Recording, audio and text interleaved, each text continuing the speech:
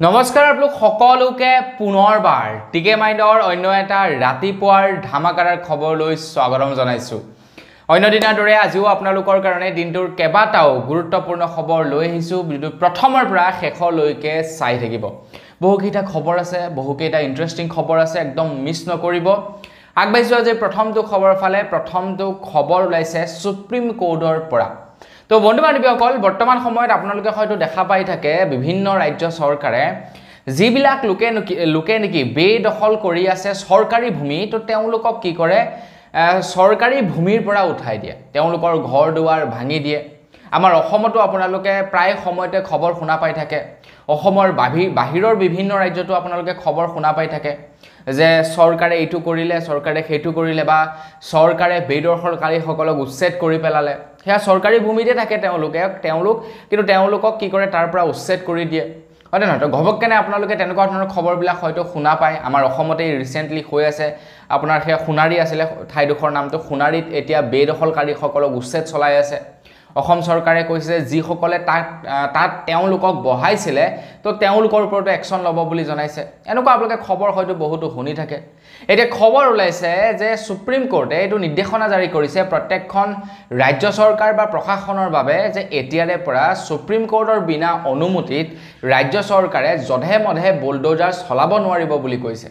প্ৰশাসনে এতিয়া বিনা অনুমতিত বুলডোজাৰ চলাব নোৱাৰিব সুপ্ৰিম কোৰ্টৰ। কৰবাত যদি বুলডোজাৰ চলাবলৈ হয়, মানে কৰবাত যদি কাৰোবাক উচ্ছেদ কৰিবলৈ হয়, প্ৰথমে সুপ্ৰিম কোৰ্টৰ পৰা নিৰ্দেশনা ল'ব লাগিব যে আমি তাৰ পৰা তেওঁলোকক উঠাব বিচাৰো, উঠাব পাৰোনে। তো সুপ্ৰিম কোৰ্টে যদি গ্ৰীণ সিগনেল দিয়ে যে তোমালোকে তাৰ পৰা তেওঁলোকক উঠাব পাৰা, তেতিয়াহে চৰকাৰে তাতে বুলডোজাৰ চলাব পাৰিব বুলি জনাইছে।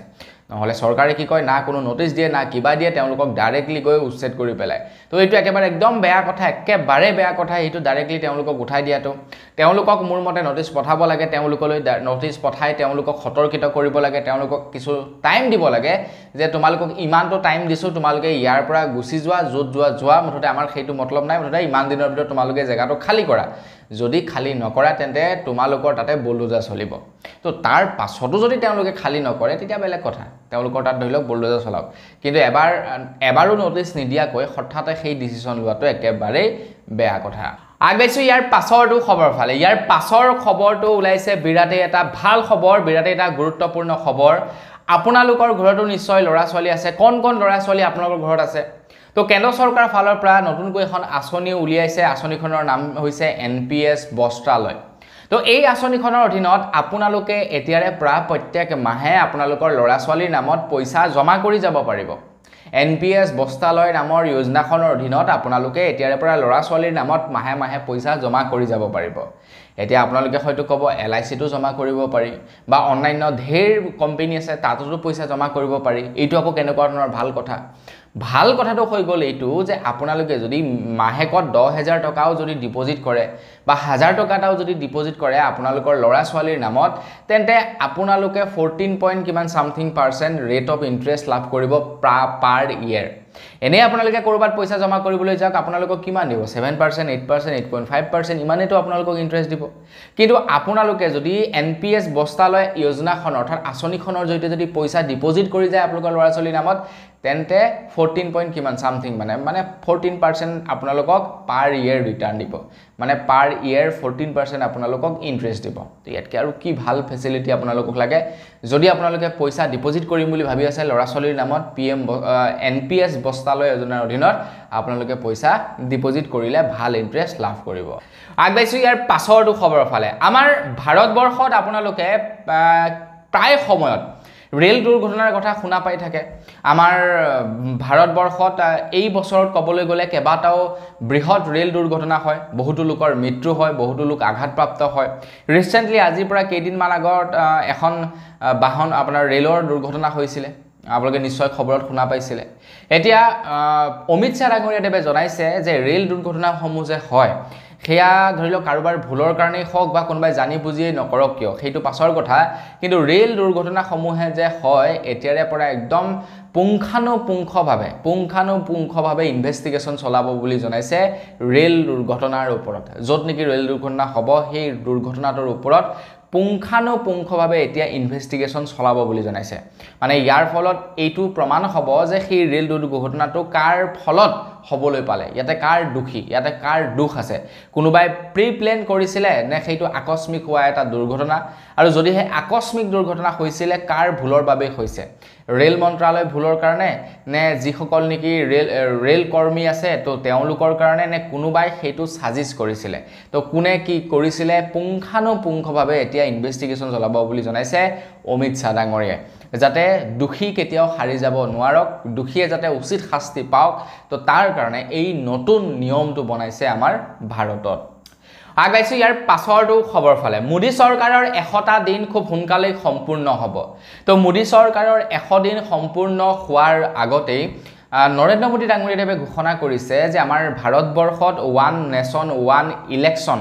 ইয়াৰ ওপৰত চিন্তা চৰ্চা কৰিব বুলি জনাইছে 2029 চন পৰ্যন্ত আমাৰ ভাৰতবৰ্ষত একেলগতে নিৰ্বাচন হ'ব একেদিনাখনেই একেলগতে নিৰ্বাচন হ'ব যাক কোৱা হৈছে ওৱান নেশ্যন ওৱান ইলেকশ্যন এতিয়া আমাৰ ভাৰতবৰ্ষৰ বিভিন্ন স্থানত বিভিন্ন সময়ত নিৰ্বাচন বিলাক হয় হয়নে নহয় এতিয়া ভাৰত একেখন চৰকাৰ একেখিনিয়ে হয় কিন্তু নিৰ্বাচন বিভিন্ন সময়ত বিভিন্ন স্থানত হয় কিন্তু এতিয়াৰে পৰা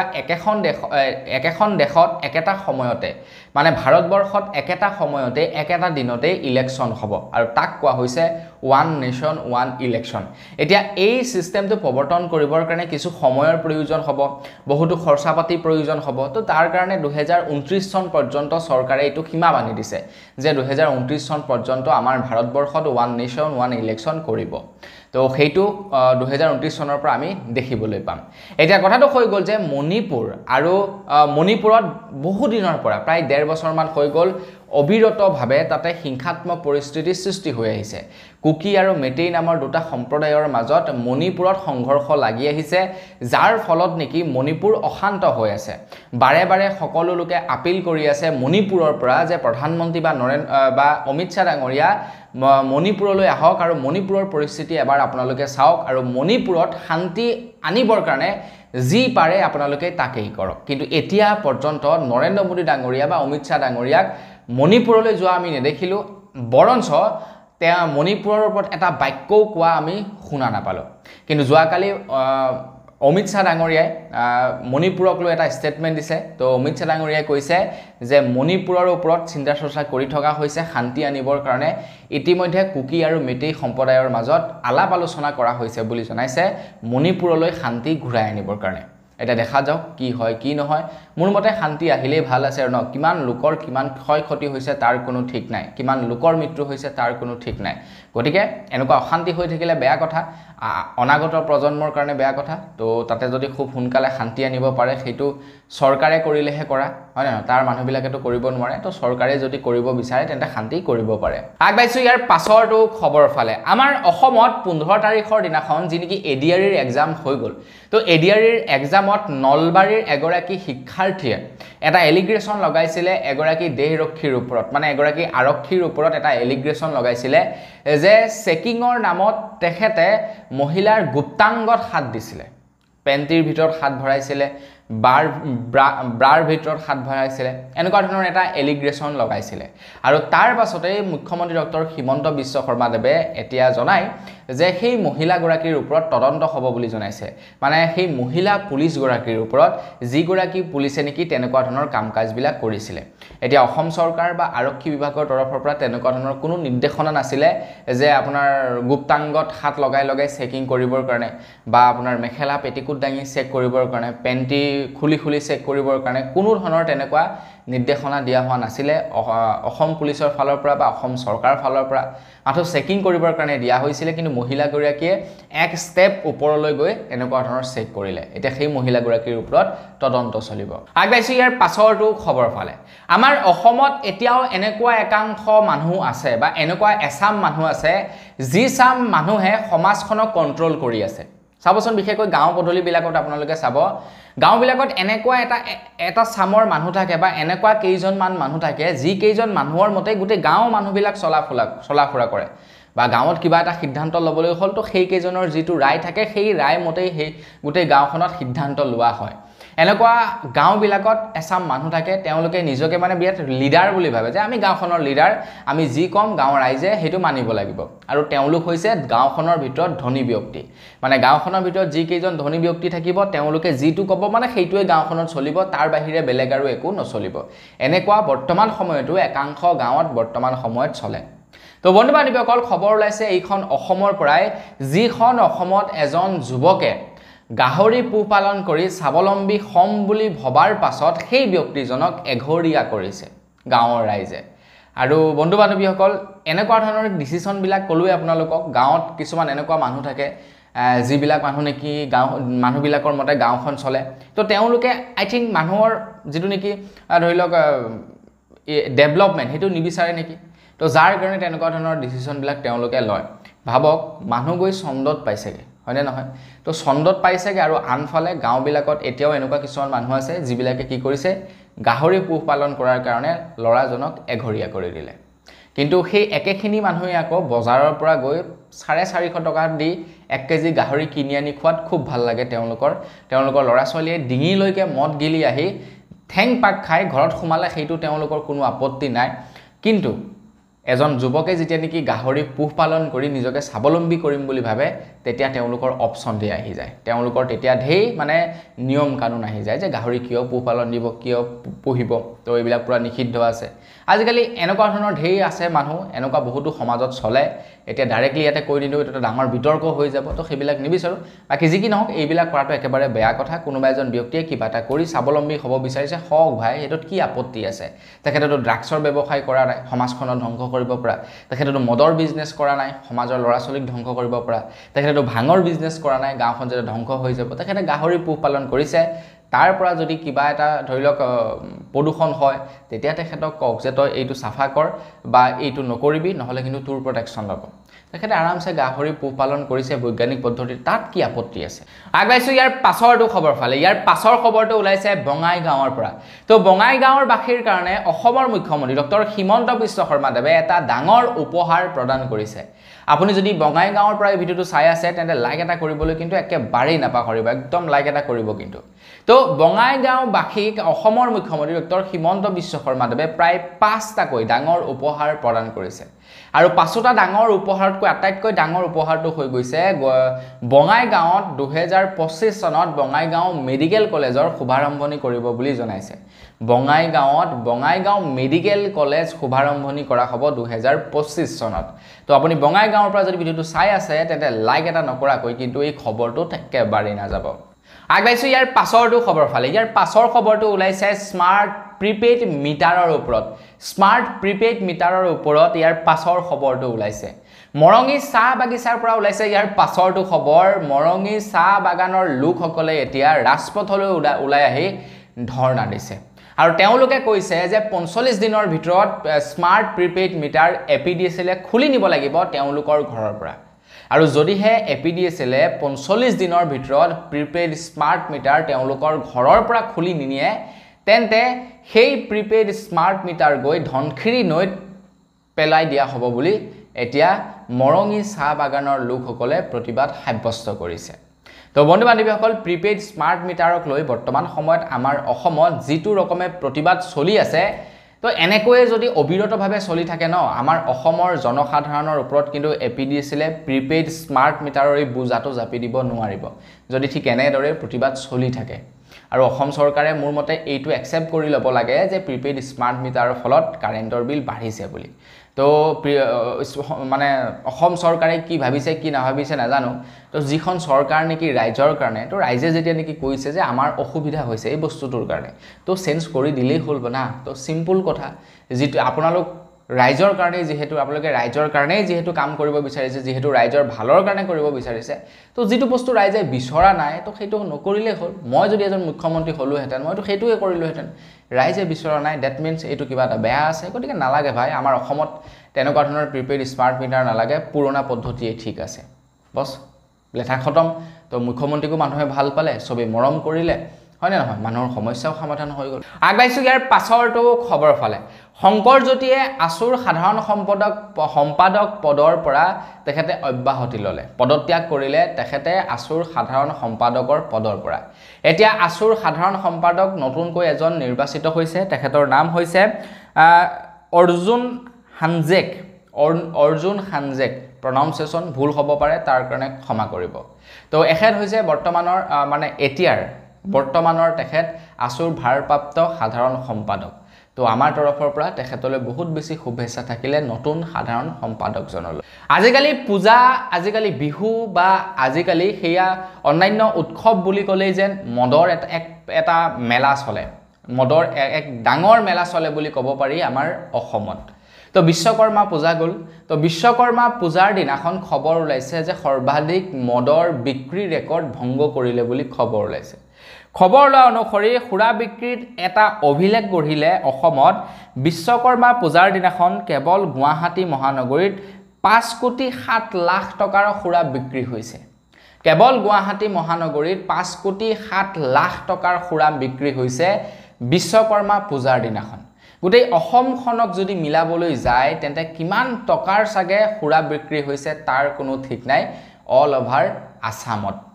আৰু অল ওভাৰ আসামত মাত্ৰ এদিন পূজাত ইমান খুৰা বিক্ৰী হৈছে আহি আছে আগন্তুক দুৰ্গা পূজা গতিকে দুৰ্গা পূজাত সাগে কিমান মদ বিক্ৰী হ'ব তো অসম চৰকাৰে ইয়াৰ ওপৰত কিন্তু নতুন এছঅপি বনাব লাগে এইবাৰ দুৰ্গা পূজাক লৈ তো অসমৰ দুই এখন ডিস্ট্ৰিক্টত বাৰু এছঅপি বনাইছে দুৰ্গা পূজাক লৈ তো বাকি সব ডিস্ট্ৰিক্টতে মোৰ মতে এছঅপি বনাব লাগে নহলে খাই বই কিন্তু লৰাবিলাকে বিৰাট উদ্ভণ্ডালি কৰিব সেইটো যে খাটাং আজি দেখিছো আজি নহয় একচুয়ালি আপোনালোকে ভিডিওটো যি দিনাখনি চাই আছে তাৰ আগৰ দিনাখন আপোনাৰ দশমী আছিল দশমীৰ দিনাখন দেখিছো লৰাবিলাকে যি উদ্ভণ্ডালি কৰি বাইক চলাইছে মানে কবলৈ নাই আৰু একদম পুৰা সাইলেন্সাৰ ফাটি যাওঁ হৈ গৈছে সাউন্ডত গতিকে সৰকাৰে কিবা এটা নতুনকৈ ৰুল ৰেগুলেশন বনাব লাগে পূজাক লৈ এটলিষ্ট তেওঁলোকে খাই বই যাতে উদ্ভণ্ডালি কৰিব নোৱাৰে আগবাইছো ইয়াৰ পাছৰটো খবৰ ফালে ইয়াৰ পাছৰ খবৰটো ওলাইছে যি সকল লোকে নেকি এনআৰসিৰ সময়ত আধাৰ কাৰ্ডৰ কাৰণে আবেদন কৰিছিলে তো তেওঁলোকৰ কাৰণে ওলাইছে ইয়াৰ পাছৰটো খবৰ আপুনিও যদি এনআৰসিৰ সময়ত আধাৰ কাৰ্ডৰ কাৰণে এপ্লাই কৰিছিলে আৰু আপোনালোকে যদি এতিয়া পৰ্যন্ত আধাৰ কাৰ্ড পোৱা নাই তেন্তে আপোনালোকে তো জানেই আৰু আধাৰ কাৰ্ড আপোনালোকে বনাব আৰু নোৱাৰে অসম চৰকাৰৰ পৰা ৰিসেন্টলি ঘোষণা কৰিছিলে যে যি সকল লোকে এনআৰসিৰ সময়ত আধাৰ কাৰ্ডৰ বাবে এপ্লাই কৰিছিলে তো তেওঁলোকক শীঘ্ৰেই আধাৰ কাৰ্ড দিয়া হ'ব বুলি জনাইছিলে এতিয়া অসমৰ মুখ্যমন্ত্ৰী ডক্টৰ হিমন্ত বিশ্ব শৰ্মা দেৱে জনোৱা অনুসৰি অলৰেডি প্ৰায় 5 লাখ লোকক আধাৰ কাৰ্ড প্ৰদান কৰা হৈছে তেওঁলোকৰ আধাৰ কাৰ্ড প্ৰস্তুত কৰা হৈছে খুব সোনকালে তেওঁলোকৰ আধাৰ কাৰ্ড বিলাকসমূহ দিয়া হ'ব বুলি জনাইছে আৰু আপোনালোকে যদি কিবা আপোনালোকৰ প্ৰশ্ন থাকে কুৱেৰি থাকে আপোনালোকে যদি এনআৰসিৰ সময়ত আধাৰ কাৰ্ড বনাইছিলে এপ্লাই কৰিছিলে তেন্তে আপোনালোকৰ কাৰণে এটা টোল ফ্ৰী নাম্বাৰ জাৰি কৰা হৈছে নাম্বাৰটো হৈছে 0361221819 বা আপোনালোকে অন্য এটা নম্বৰটো কল কৰিব পাৰে 1947 এই নাম্বাৰটো দুটাত আপোনালোকে কল কৰি আপোনালোকে যদি আধাৰ কাৰ্ডৰ সময়ত এপ্লাই কৰিছিলে সৰি এনআৰসিৰ সময়ত আধাৰ কাৰ্ড এপ্লাই কৰিছিলে আপোনালোকৰ যদি মোবাইল নাম্বাৰ হেৰাই গ'ল বা এনেকুৱা কিবা কিবি হ'ল আৰু তো সেইবিলাকৰ আপোনালোকে এতিয়া কমপ্লেইন কৰিব পাৰিব বুলি কৈছে আগবাইছো ইয়াৰ পাছৰটো খবৰ ফালে ইয়াৰ পাছৰ খবৰটো ওলাইছে বন্ধন বেংকৰ পৰা তো আপোনালোকে এতিয়া বন্ধন বেংকত নিজাববীয়াকৈ অনলাইনৰ মাধ্যমত একাউণ্ট খুলিব পাৰিব বুলি জনাইছে বন্ধন বেংকৰ সেভিংস একাউণ্ট আপোনালোকে খুলিব পাৰিব বন্ধন বেংকে লঞ্চ কৰিলে তেওঁলোকৰ এপ্লিকেশন নামটো হৈছে এম বন্ধন মোবাইল এপ্লিকেশন জিটোত আপোনালোকে বেংকৰ একাউণ্ট সেভিংস একাউণ্ট খুলিব পাৰিব জিটোৰ জৰিয়তে আপোনালোকে পইচা ফিক্স ডিপোজিট কৰিব পাৰিব এবছৰৰ কাৰণে আৰু আপোনালোকক ৰেট অফ ইন্টাৰেষ্ট দিয়া হ'ব 8.55% 8.55% আপোনালোকক ৰেট অফ ইন্টাৰেষ্ট প্ৰদান কৰা হ'ব আপোনালোকে এবছৰৰ কাৰণে বন্ধন বেংকত পইচা ফিক্স ডিপোজিট কৰিব পাৰে তো আপোনালোকে যদি সেভিংস একাউণ্ট খুলিব বিচাৰে বন্ধন বেংকৰ এম বন্ধন এপছটো ডাউনলোড কৰি ল'ব বা আপোনালোকে যদি ফিক্স ডিপোজিট কৰিব বিচাৰে তো সেই এপছটো ডাউনলোড কৰিলে সকলো বিলাক আপোনালোকে কৰিব পাৰিব আগাইছো ইয়াৰ পাছৰটো খবৰ ফালে ইয়াৰ পাছৰ খবৰটো ওলাইছে চন্দ্ৰয়ানৰ ওপৰত তো ইছৰোৰ তৰফৰ পৰা চন্দ্ৰয়ান 3 খন পঠিওৱা হৈছিল চন্দ্ৰলৈ বুলি আৰু খুব সফলতাৰে সেই তেওঁলোকৰ মিছনটো সাকসেস হ'ল চন্দ্ৰযান 3 খুব সুকলমে চন্দ্ৰত অৱতৰণ কৰিলে মানে লেণ্ড কৰিলে আৰু তাৰ পাছত যিখিনি তেওঁলোকে ইনস্পেকশন কৰিব বিচাৰিছিলে ইছৰোৰ বৈজ্ঞানিকসকলে সকলোবিলাক তেওঁলোকে সাকসেসফুলি কৰিলে এটা সকলোবিলাক সাকসেসফুল হোৱাৰ পাছত এতিয়া হেই সকল বৈজ্ঞানিকৰ এটা মানে তেওঁলোকৰ এক্সপেৰিয়েন্স হৈ গল যে চন্দ্ৰলৈ যাওঁতে কেনেকুৱা ধৰণৰ প্ৰবলেম বিলাক ফেস কৰিব পাৰে কাৰণ ইয়াৰ আগতো এখন চন্দ্ৰযান পঠিওৱা হৈছিল যিখন নেকি খুব বেয়াকৈ ফেল হৈছিল তো তাৰ পাছত খুব সুকলমে লেণ্ড কৰিলে এটা তেওঁলোকৰ বেয়া হোৱা বা কি ক্ষেত্ৰত কমিউনিকেশন কাট খাব পাৰে বা কি ক্ষেত্ৰত ধৰিলক লেণ্ড নকৰিব পাৰে সকলো বিলাক তথ্য এতিয়া ইছৰোৰ ওচৰত আহি গল এতিয়া চন্দ্ৰযান 4 পঠাব বুলি কৈছে চন্দ্ৰলৈ এতিয়া কিহৰ কাৰণে পঠাব সেই সম্পৰ্কত এতিয়ালৈকে গম পোৱা নাই মানে কি লক্ষ্য আগত ৰাখি পঠাব সেই সম্পৰ্কে গম পোৱা নাই যেতিয়া গম পাওঁ মই আপোনালোকক জনাই দিম আগাইছো ইয়াৰ পাছৰটো মানে একেবাৰে হেখৰটো খবৰ ফালে একেবাৰে হেখৰ খবৰটো ওলাইছে জুবিন দাৰ ওপৰত তো জুবিন দা সাংবাদিকসকলে এডিআৰই এক্সামৰ ওপৰত খুদা হ'ল কাৰণ এইবাৰ এডিআৰইৰ এক্সামক লৈ বিৰাটেই কঠোৰ হৈছে অসম চৰকাৰ বিৰাট কঠোৰ নিয়ম বনাইছে এডিআৰই এক্সামৰ ওপৰত তো জুবিন দাক এই সম্পৰ্কত যেতিয়া খুদা হ'ল তো জুবিন দাই কৈছে কিছু কথা মই অলপ বেয়া পাইছো এডিআৰইত জৰিমনা বুলি কৈ পৰীক্ষাৰ্থীক ভয় খুৱাইছে নেকি ভয়ত পৰীক্ষাৰ্থীসকলে পৰীক্ষা দিব নেকি পৰীক্ষা দিয়া মানে জেল নহয় জুবিন গাৰ্গ তো বন্ধু বান্ধৱীসকল এইবাৰ এডিআৰই এক্সামক লৈ অসম চৰকাৰে কেবাটাও নতুন নিয়ম বনাইছে যে এইটো যদি কৰ তহঁতৰ এইটো হ'ব সেইটো যদি কৰ সেইটো হ'ব আমুক তামুক আৰু তাৰ পূৰ্বে আকৌ হেয়া চেকিংটো আছেই গতিকে লৰা ছোৱালী বিলাকে মোৰ মতে ফ্ৰী ফ্ৰেংকলি ধৰিলক ফ্ৰী মাইণ্ডত এক্সামটো দিব পালে ভাল হয় এতিয়া ফ্ৰী মাইণ্ডত এক্সামটো দিবলৈ নোৱাৰাৰ কাৰণে কি হৈ গৈছে আপোনাৰ তেওঁলোকে হয়তো পঢ়া প্ৰশ্ন এটাও এৰি থৈ আহিছে